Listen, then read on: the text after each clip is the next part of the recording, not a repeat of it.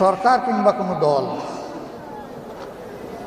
এমন কিছু শহীদ পরিবারকে দিতে পারবে না যেটা একজন শহীদের বিনিময় হতে পারে। যেটা দিতে পারবে সেটি হচ্ছে রাষ্ট্রের দায়বদ্ধতা এবং তাদের প্রতি সম্মান প্রদর্শন। বলতে গেলে তার খুব অল্প কিছুই হয়েছে, অনেক কিছু হয়নি। তারা জুলাই সনদের কথা বলেছেন। এটি তো বাংলাদেশের 18 কোটি মানুষের মুক্তির সনদ। এটা তো শুধু শহীদ পরিবারের জন্য প্রয়োজন নেই, এটা ইন্ডিভিজুয়ালি বাংলাদেশের প্রত্যেকটি নাগরিকের জন্য প্রয়োজন। তাহলে এই সনদটা কে করবে? 18 কোটি মানুষ মিলে করবে? তার কোনো সুযোগ নেই। দেশে যদি পার্লামেন্ট থাকতো, এটা পার্লামেন্টের কাছে আমাদের দাবি হতো। পার্লামেন্টের অবর্তমানে এই দায় হচ্ছে রাজনৈতিক দলগুলোর।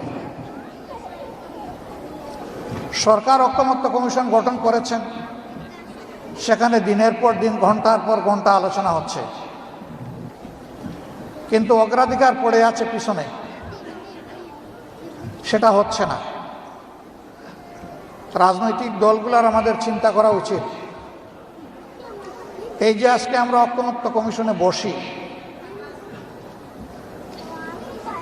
যদি জুলাই যোদ্ধারা জীবন বাজি রেখে তাদের জীবন দিয়ে আমাদেরকে পরিবর্তন এনে না দিতেন, আমরা এখানে বসতাম নাকি আমরা কেরানীগঞ্জে থাকতাম,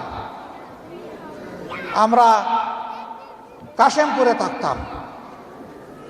আমরা এত তাড়াতাড়ি ভুলে যাই কিভাবে? আমরা তো মাসের পর মাস সেখানে ছিলাম।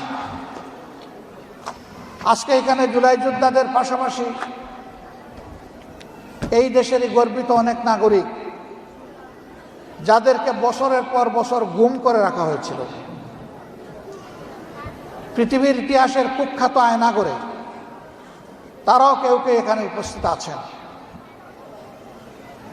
যারা শহীদ হয়েছেন, যাদেরকে খুন করা হয়েছে, তাদের সকলের পরিবার তাদের ঠিকানা খুঁজে এখনো পায়নি।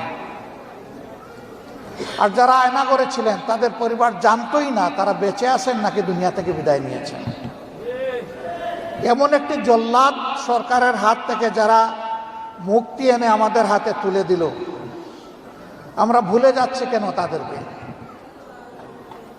ইতিহাস আমাদেরকে ক্ষমা করবে না। আগামী প্রজন্ম আমাদের কাছ থেকে কড়ায় গণ্ডায় তার হিসাব নেবে।